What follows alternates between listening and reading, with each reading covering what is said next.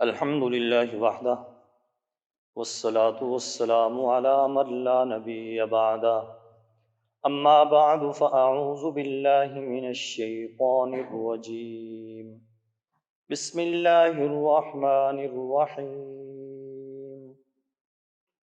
وَلَقَدِ اسْتُهْزِئَ بِرُسُلٍ مِّن قَبْلِكَ فَأَمْلَيْتُ لِلَّذِينَ كَفَرُوا ثُمَّ أَخَذْتُهُمْ فَكَيْفَ كَانَ عِقَابِ۔ صدق اللہ العظیم۔ آج ہم اپنے درس قرآن کا آغاز سورہ رعد کی آیت نمبر 32 سے کر رہے ہیں۔ اللہ تبارک و تعالی ارشاد فرماتے ہیں وَلَقَدِ اسْتُهْزِئَ بِرُسُلٍ مِّن قَبْلِكَ، آپ سے پہلے رسولوں کے ساتھ بھی مذاق کیا گیا۔ فَأَمْلَيْتُ لِلَّذِينَ كَفَرُوا، میں کافروں کو مہلت دیتا رہا۔ ثُمَّ أَخَذْتُهُمْ، پھر میں نے ان کو پکڑا۔ فَكَيْفَ كَانَ عِقَابِ، میرا عذاب کیسا سخت تھا۔ اللہ رب العزت حضرت محمد الرسول اللہ صلی اللہ علیہ وسلم کو تسلی دے رہے ہیں کہ آپ کو یہ جو جھٹلا رہے ہیں، آپ کا مذاق اڑا رہے ہیں، فرمایا یہ صرف آپ کے ساتھ نہیں ہو رہا بلکہ آپ سے پہلے جو رسول گزرے ہیں ان کے ساتھ بھی مذاق کیا گیا، ان کے ساتھ بھی ٹھٹھا کیا گیا، اور ان کے ساتھ بھی ایسا ہی معاملہ کیا گیا جیسا کہ آپ کے ساتھ کیا جا رہا ہے۔ تو آپ کو گھبرانے کی ضرورت نہیں، پریشان ہونے کی ضرورت نہیں۔ فرمایا میں کافروں کو مہلت دیتا رہا کہ شاید یہ ایمان لے آئیں اور سیدھے راستے پہ آ جائیں، لیکن جب انہوں نے سیدھے راستے کو اختیار نہیں کیا اور ایمان نہیں لائے، ثم اخذتهم، پھر میں نے ان کو پکڑا۔ فکیف کان عقاب، بس میری سزا کیسی سخت تھی، میرا عذاب کیسا سخت تھا۔ افمن هو قائم علی کل نفس بما کسبت، کیا بھلا وہ ذات جو ہر شخص کے اعمال کی نگرانی کر رہی ہے، وہ ان لوگوں کے برابر ہو سکتی ہے جنہوں نے اللہ کے شریک ٹھہرا رکھے ہیں، یا جن کو انہوں نے اللہ کا شریک ٹھہرا رکھا ہے؟ فرمایا ایک طرف تو اللہ کی ذات ہے جو سب کچھ جاننے والی ہے، اور دوسری طرف ان کے وہ معبودان باطلہ ہیں جو کچھ بھی نہیں جانتے۔ فرمایا اللہ کی ذات تو ماضی کو بھی جانتی ہے، حال کو بھی جانتی ہے، مستقبل کو بھی جانتی ہے، تمام چیزوں کو یکساں طور پہ جانتی ہے، لیکن فرمایا اس ذات کے برابر ان شریکوں کو ٹھہرا رہے ہیں جو کچھ بھی نہیں کر سکتے، جنہوں نے کچھ بھی پیدا نہیں کیا، کوئی کام بھی نہیں کیا۔ فرمایا اس ذات کے برابر یہ اپنے شریکوں کو ٹھہرا رہے ہیں۔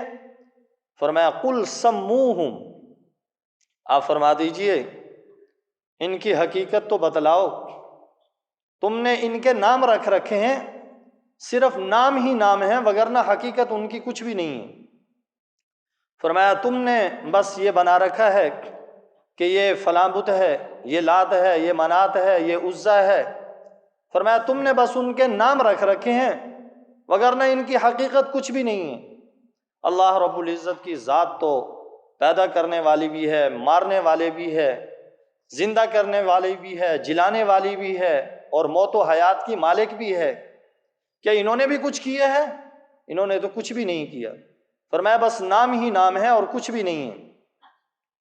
اور ویسے ہی انہوں نے فرضی نام رکھ رکھے تھے کہ جیسے کسی چیز کے بارے میں اتنا پروپیگنڈا کیا جائے، اتنا پروپیگنڈا کیا جائے کہ لوگ اس کو حقیقت سمجھنے لگ جائیں۔ جیسے کہ آج کل یہ مشہور ہے کہانیوں کے اندر کہ ٹارزن ایک آدمی ایسا تھا جو درختوں کے اوپر چڑھ جایا کرتا تھا، درختوں کی ٹہنیاں پکڑ کر ادھر سے ادھر چلا جایا کرتا تھا، اور اسی طرح جو درندہ، جو شیر، جو چیتا اس کے سامنے آتا اس کو چیر پھاڑ دیتا تھا، منٹوں کے اندر اتنے لمبے لمبے سفر کر لیتا تھا۔ اس پروپیگنڈے کو اتنا مشہور کیا، بچوں نے، نوجوانوں نے یوں سمجھ لیا کہ شاید یہ ٹارزن کوئی ایسا شخص تھا، حالانکہ یہ فرضی کہانی ہے، کچھ بھی نہیں تھا۔ تو اس لیے فرمایا کہ بس نام ہی نام ہے، وگرنہ اور کچھ بھی نہیں ہے۔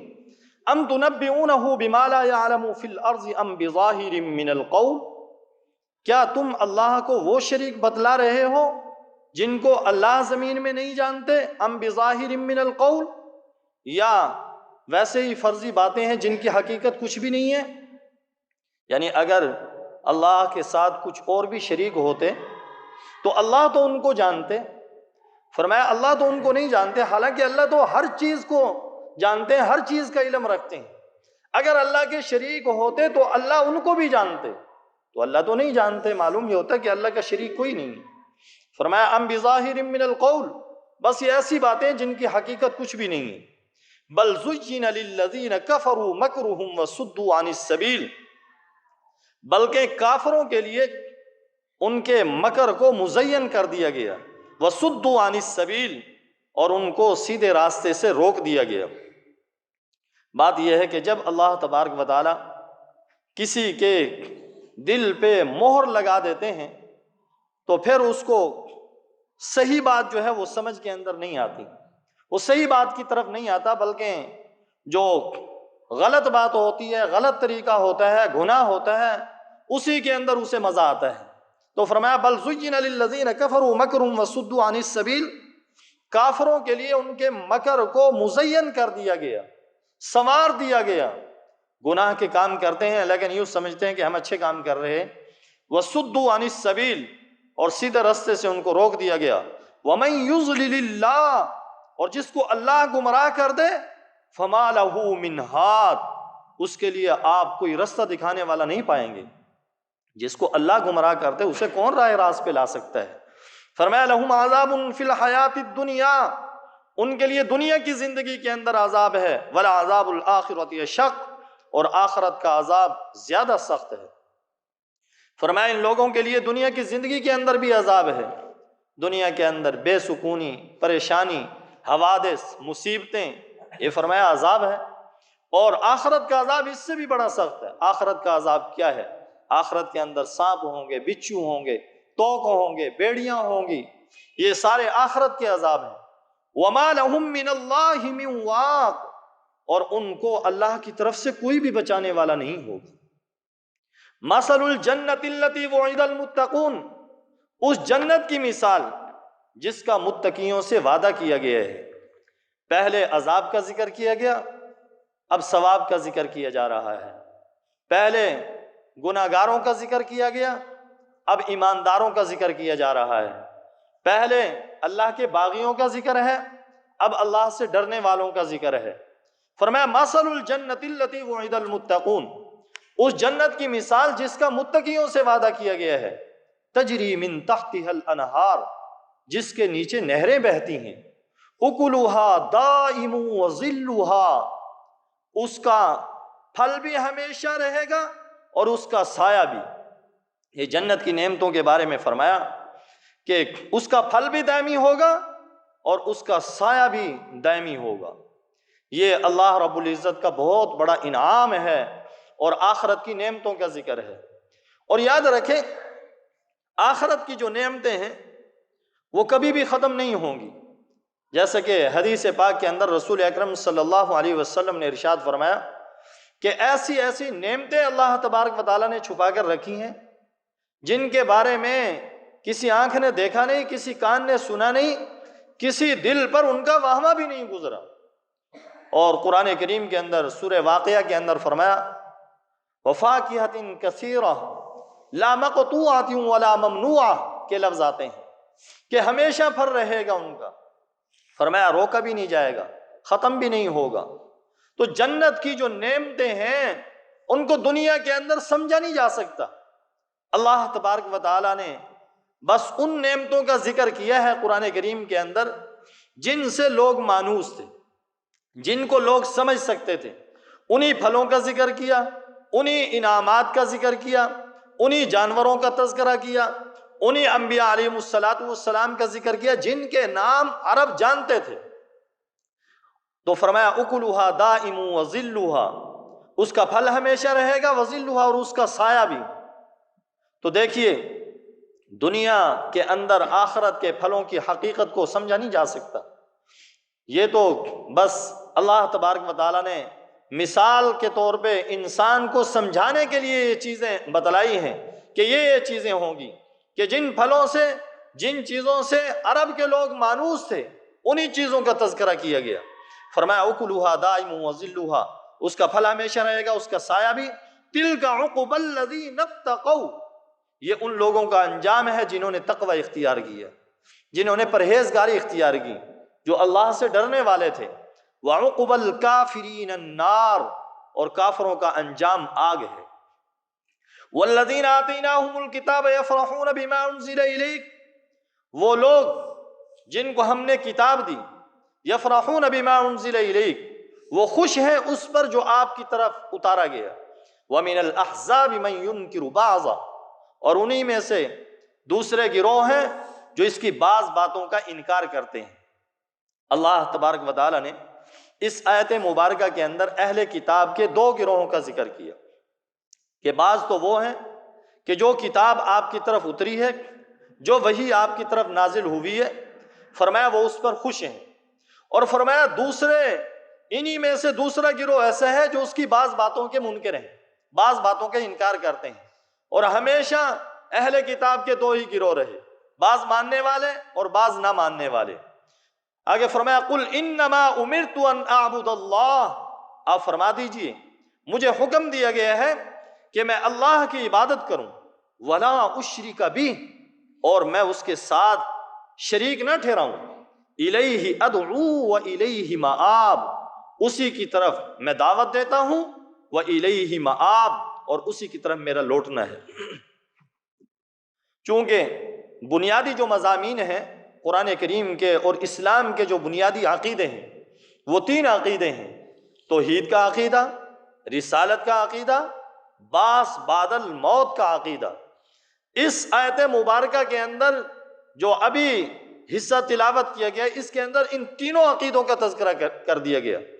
پہلے فرمایا کہ مجھے حکم دیا کہ میں اللہ کی عبادت کروں اور اس کے ساتھ کسی کو شریک نہ ٹھہراؤں، اس کے اندر توحید آ گئی۔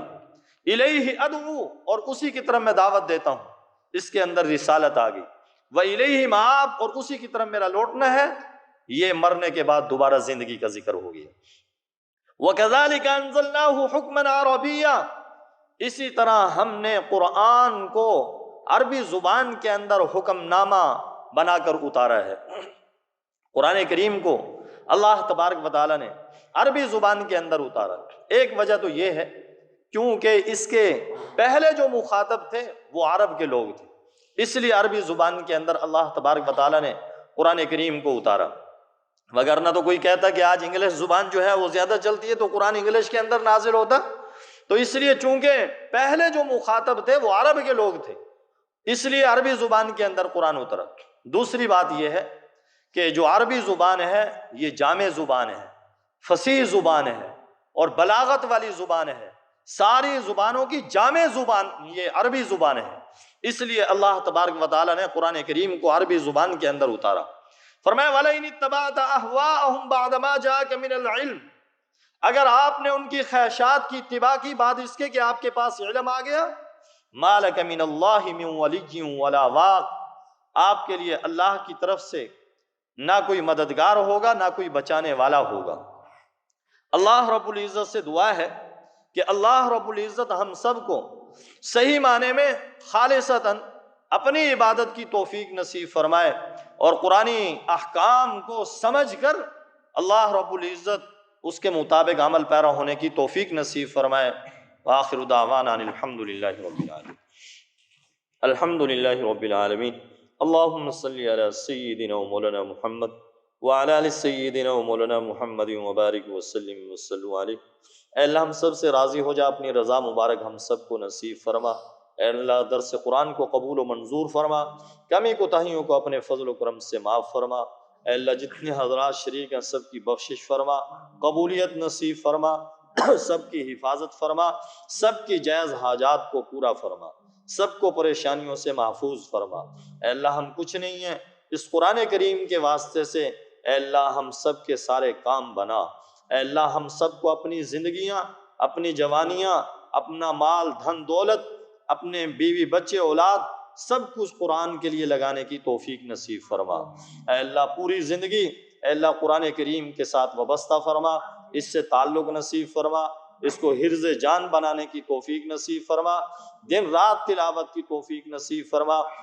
اے اللہ اس کے سارے حقوق ادا کرنے والا بنا، اے اللہ اس کا صحیح تلفظ کے ساتھ پڑھنے والا بنا، اس کے معنی کو سمجھنے والا بنا، اے اللہ اس پر عمل پیرا ہونے والا بنا، اے اللہ اس کو پوری دنیا کے اندر عام کرنے والا بنا، پھیلانے والا بنا۔ اے اللہ ہم سب کو ذرائع نصیب فرما، اے اللہ ہم سب کی ساری دعاؤں کو اپنے فضل سے جناب رسول اللہ صلی اللہ علیہ وسلم کے واسطے وسیلے سے قبول و منظور فرما۔ اے اللہ ہمارے حاج صاحب نے یہ بچوں کے لیے قرآن کریم عطیہ کیے تھے، اے اللہ اپنی بارگاہ میں ان کی یہ خدمت قبول و منظور فرما۔ ربنا تقبل منا انک انت السمیع العلیم وتب علینا انک انت التواب الرحیم، وصلی اللہ تعالی علی خیر خلقہ محمد وعلی آلہ واصحابہ واہل بیتہ اجمعین، آمین آمین برحمتک یا رب۔ جزاکم اللہ۔